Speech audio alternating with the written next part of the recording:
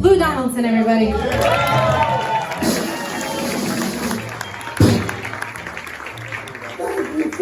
Thank you. That's all I can say. You now looking at one of the more fortunate musicians in the jazz tradition that ever lived.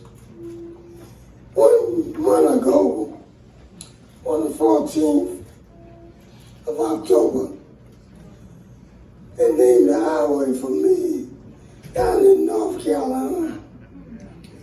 The reason they did it 5 years ago, they put me in the North Carolina Hall of Fame. And when I made my speech, I told them that I'm tired of driving through North Carolina and seeing all those good old boys' names on the street. Every track they putting somebody's name on it. I didn't see no Thelonious Monk from Rocky Mount, no Billy Taylor from Greenville, Red and Alpha Possum from Greensboro, Tab Smith from Rocky Mount, Tina Brooks, Rocky Mount, Bubba Brooks, Rocky Mount, and my late drummer, Billy Kay, just died 2 months ago from Wilson, North Carolina. And somebody heard it and went back and told the town council in my hometown.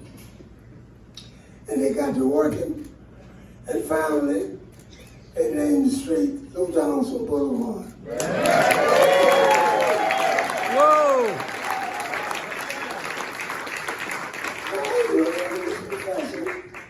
I can't call everybody's name that I see, but I know everybody suffered the same way. Because we had a lot of agents, shysters, crooks, chicken shit promoters, all of them trying to steal money from the least people that need it. They took it out on the junkies and the alcoholics. But when I came through, wasn't nothing they could do. Because I don't drink, I don't smoke, I don't get high. I want to see the contract.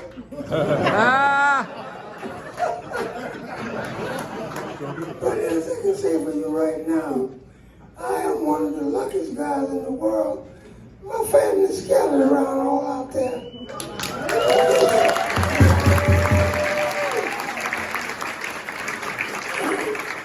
I can't see them. And this guy that just helped me on the stand, I haven't seen him in so long I didn't know who he was. It's my grandson. Damn. Now let me say this before I get off of this stand, because I've got a slight cold and my voice is going. Stick to this profession, and I don't want to read the Amsterdam News again and see where they had a Charlie Parker memorial concert and didn't have an alto saxophone player on it. I couldn't believe it when I read it. So I called Scott, who's the reporter. I said, man, what the fuck is happening here? You have a Charlie Parker memorial and don't have no alto saxophone player. I said, next year if you don't get one, I'm coming out of retirement.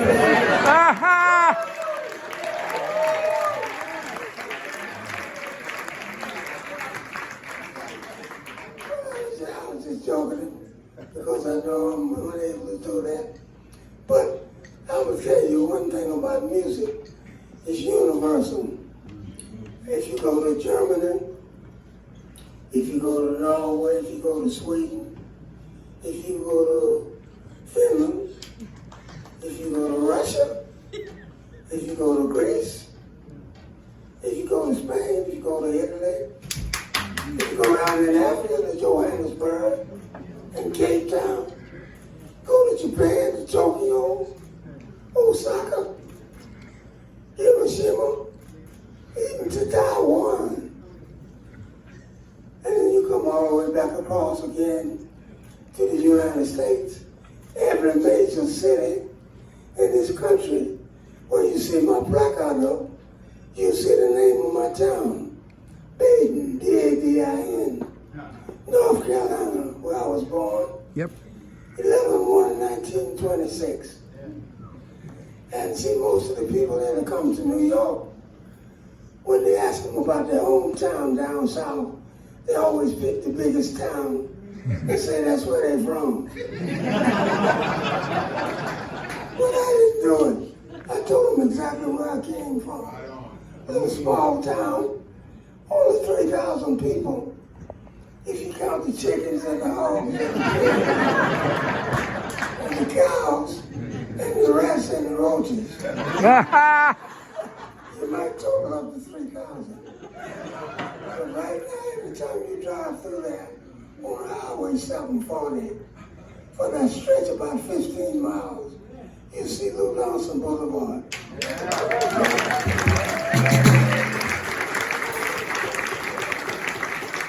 I know that a lot of people that saw me during my career know that I was right on the case. I made 2 moves that made me a big profit. So you don't have to mention, I don't need no benefit. You don't have to give me any money at all. Because if I need money, I just go to the bank and get it. Whoa! And fortunately, I want everybody in this business to be in that same thing. But you got to be smart about it. Watch the promoters. Watch the shysters. Watch the booking agents. Watch the record companies especially. Whoa. Because Blue Note Records once was sold by Alfred Line. Didn't nobody know it. He sold it in the mid-60s. But Alfred and Frank still kept making the records. Like they still own the company. So one day I got a call. Said, go down to Fifth Avenue. It's about a contract for Blue Note Records.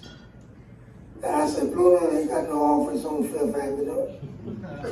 Blue Note was down on 59th Street, right behind Blumenthal's. That's where their office was. But they said, well, it's been sold. And they're giving out a bonus to all of the musicians that own the company. So I went down there, and they had a big contract there, about 25 pages. So I looked at it, and I started reading it. And I saw that, well, I was going to get artist royalties, production royalties, songwriter royalties. I never got nothing left from Alfred Line and Blue Note. So I kept reading, and it took me a long time. And the head of the company kept coming to the door looking out to see was I still there. But I was still reading. Finally he came out after I finished and signed the contract, gave me this bonus, a lot of money. And he said, man, you know, we had 50 musicians in here, and you're the only one that sat down and read the contract. And I know he didn't know who he was talking to, because I had a good answer for him. I said, well, maybe I'm the only one that could read. But that wasn't the case, because I had Grant, Jackie McLean, Tommy Turrentine, John Patton, and all of them. All they wanted was that money, where they could get to the bank and get that check cashed and find the Doogie Man. Whoa. Because Doogie Man got all that money. But now let me tell you, an interesting thing happened to me a month ago. I'm there watching my football game, and the phone rings. Normally, when I'm watching Mahomes and the Chiefs, I don't get up to answer the phone. But for some reason I did. And I got it up, and I heard this voice on the air. This is Jerry. Jerry Williams. I'll be down there tonight in Boca Raton. Now, Boca Raton is not but about 20 miles from where I live. And I said, what's the name of the club? He told me the name of the club. I said, I'll be there. So then I cut off my football game and got in and called my daughter, take me up there, my daughter and my son-in-law. And they took me up there, and he was surprised to see me, because he was playing with a blues band. Because normally when I read through the paper and I see jazz band, I go on to the next page. Because the way they playing today, well, I'm going to tell you this. You don't know it because most of you people are young people. When I came up, they had a fella at the door they called a bouncer. If you bring some Konami Washington and some of that stuff in there, they throw him right out the door. Whoa! And then Coleman, they threw out the door. Train, they threw out the door. And the latter part of his life. But normally the train was from North Carolina, where I'm from. He's from Hamlet, North Carolina, about 40 miles from where I live. And I wrote a book way many years ago, 1987. Nobody will publish it because I made one bad mistake. I told the truth. Whoa! You got it. In the last chapter, I really ate up trains about running all the black people away from jazz. True. Because I go down to Miami, not one jazz club, not one. You just one. I'll give you $100 right now. And I don't know that when they have a jazz concert, they have a big print in the paper. Jazz Festival. The Temptations.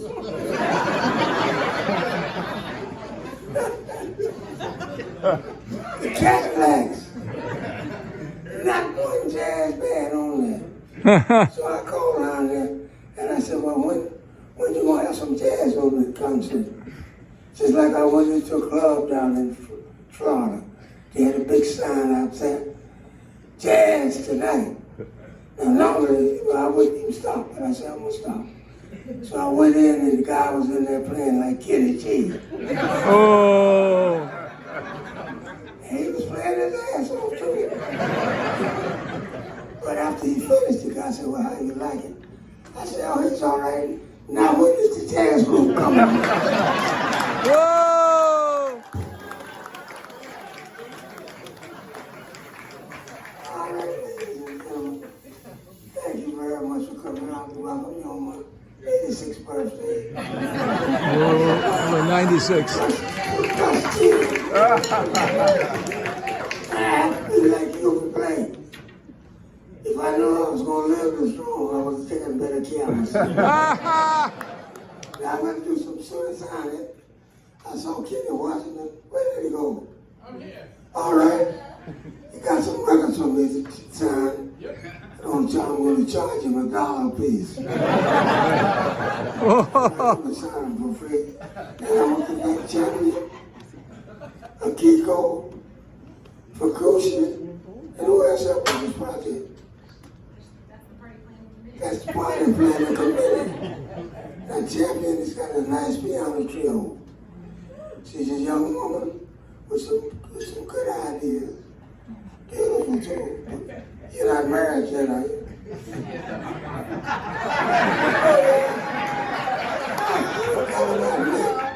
Think about me. Whoa! Hey, champion! I told her one day, I said, Champion, your boyfriend played pretty good Alto. And all of a sudden, I get a letter about a week later and one of his records, a great record, very good. And of course, Akiko worked with me for many years. Fukushi worked for me 37 years. I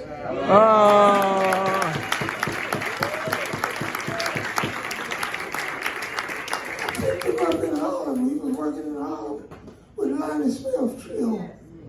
And what had happened, the drummer had come down to Lonnie Smith's and he put his drums in the trunk and he went to get a hamburger or something. So when I saw him coming back to the club, I said, where you been? He said, I went to get the hamburger. I said, where your drums? He said, they're in the trunk. I said, where is it parked? St. Nicholas Avenue and 145th Street. I said, they were there. And he went there and opened the lock. You know what was in there? Nothing. Whoa! Somebody got in the drum. All right, ladies and gentlemen, have fun. Welcome, welcome, welcome. Thank you, thank you, thank you. Thank you!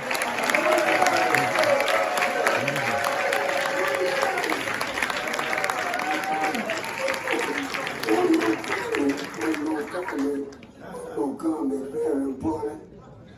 You know it's tomorrow, so let's get out there and kick Trump's rum. Whoa!